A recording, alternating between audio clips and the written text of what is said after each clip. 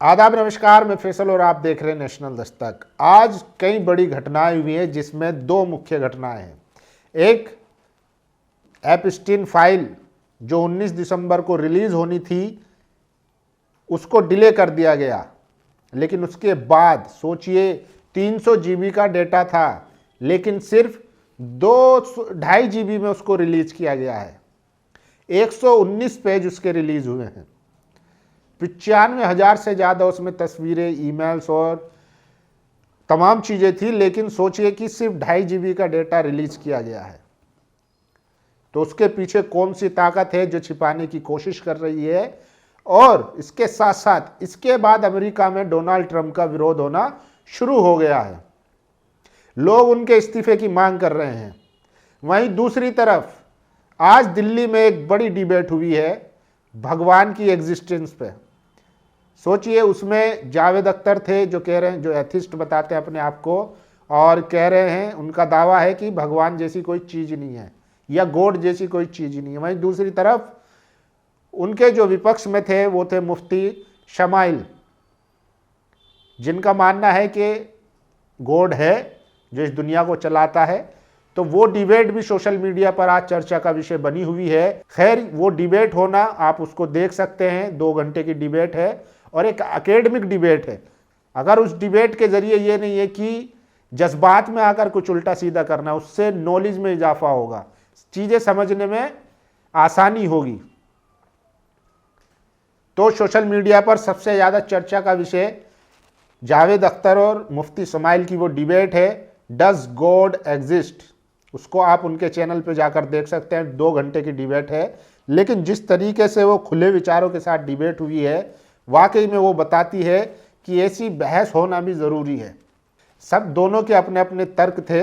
मैं जहाँ तक समझा हूँ उसमें कहीं ना कहीं जो जावेद अख्तर साहब थे वो भी वेल नोन स्कॉलर हैं, काफ़ी उनको ज्ञान है, लेकिन वो जो अपने ज़्यादातर आर्ग्यूमेंट करते नज़र आए वो मजहब पर करते नज़र आए, ना कि गॉड पर, जबकि डिबेट गॉड पर थी। तो सबका अपना अपना पर्सपेक्टिव हो सकता है आप उसको जब देखेंगे तो आप किसी और नज़रिए से देखेंगे, आपको कुछ और चीज़ें उसमें मिलेंगी। लेकिन इसमें कहीं ना कहीं मुफ्ती शमाइल साहब जो थे वो उनका अपर हैंड दिखा डिबेट में। लेकिन इसका मतलब ये नहीं है कि हम जावेद साहब को बुरा भला कहें या उनको गाली गुफ्तार करें। इस तरीके की हरकत नहीं करनी है, क्योंकि सोशल मीडिया पर जज्बात में आकर लोग ऐसी चीज़ें कर बैठते हैं। तो ये डिबेट आज की सबसे हॉट डिबेट निकली है और ये सोशल मीडिया पर सबसे ज़्यादा वायरल है। और सोचिए एपस्टीन फाइल जो इसमें 300 से ज़्यादा जीबी का डेटा था, उसको मात्र 2.5 जीबी में रिलीज कर पीछा छुड़ा रहे थे डोनाल्ड ट्रंप। अब वहाँ की जनता उनके खिलाफ सड़कों पर उतर आई है और इस्तीफे की मांग कर रहे हैं। सोचिए, राकेश पाठक लिख रहे हैं एपस्टीन फाइल पर ट्रंप का डाका, यानी कि ट्रंप ने डाका डाल दिया। सोचिए, कल वो रिलीज होने वाली थी, लेकिन कल हाउस जो है ऑफ ले लेता है, बंद कर दिया जाता है कि भाई आज हाउस नहीं चलेगा।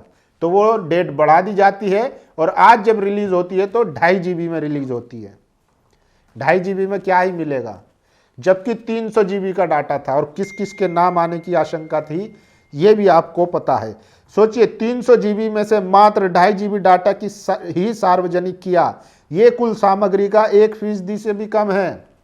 जो जानकारियां सार्वजनिक की गई उनमें 119 पेज खाली है। खुद को और अपने फ्रेंड्स को बचाने में ट्रंप ने जान लड़ा दी। अमेरिका में बवाल, ट्रंप और अटॉर्नी जनरल ने के इस्तीफे की मांग। तो सोचिए, ट्रंप ने डाका डाल दिया है एपस्टीन फाइल पर, 2.5 जीबी का डाटा रिलीज किया है, जिसमें से 119 पेज तो खाली है। तो आप अंदाजा लगा सकते हैं। और सोचिए किस तरीके से आपके साथ ठगी हो सकती है।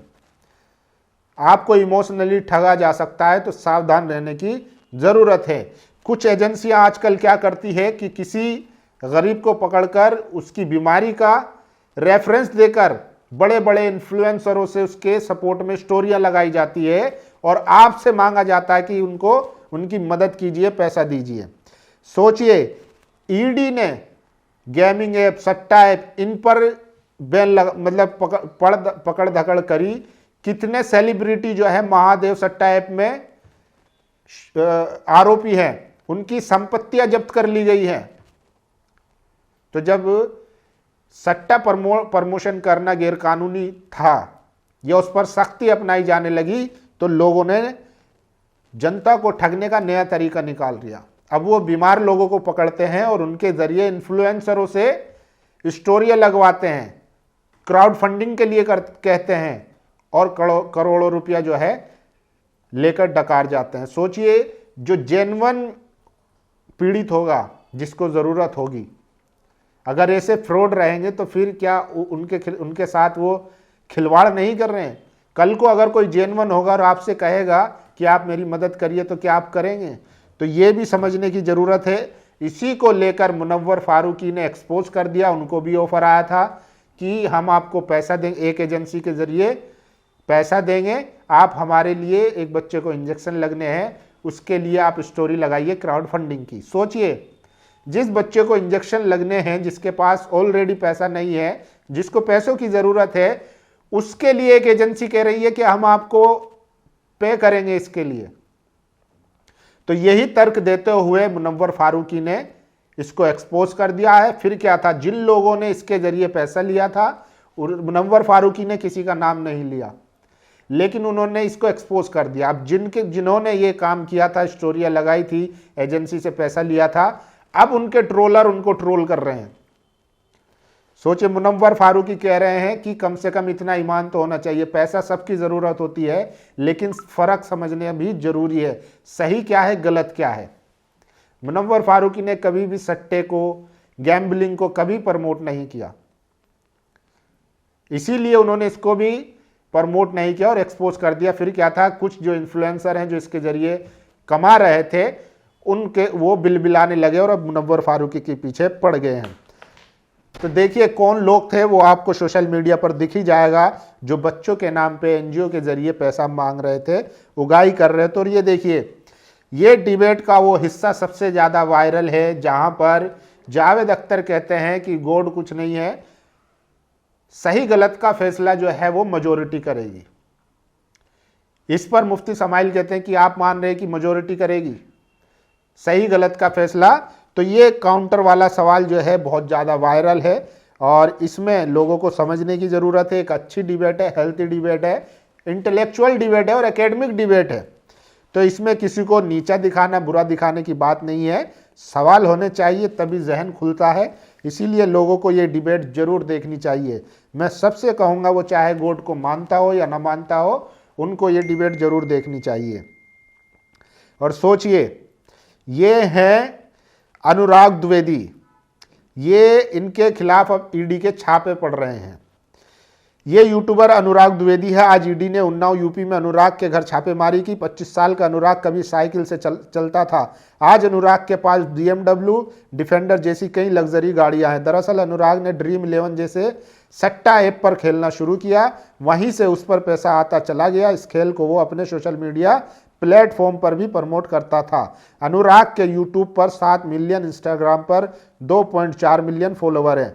पिछले महीने ही अनुराग ने दुबई क्रूज पर शादी की। अपने गांव से 30 लोग हवाई जहाज से बुलाए, सबका दुबई आने जाने का खर्च अनुराग ने उठाया। यहीं से वो ईडी के रडार पर आ गए। सोचिए, सट्टा ऐप को परमिशन किसने दी? ड्रीम 11, ये सब ऐप कौन चलवा रहा है? सरकार की जानकारी में होंगे तभी तो चल रहे हैं।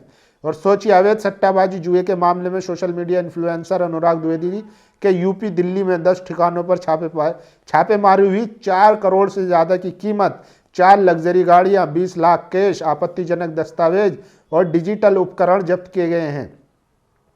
सट्टाबाजी ऐप का प्रचार करके पाए पैसों से अनुराग द्विवेदी ने दुबई में कई प्रॉपर्टियां खरीदी है।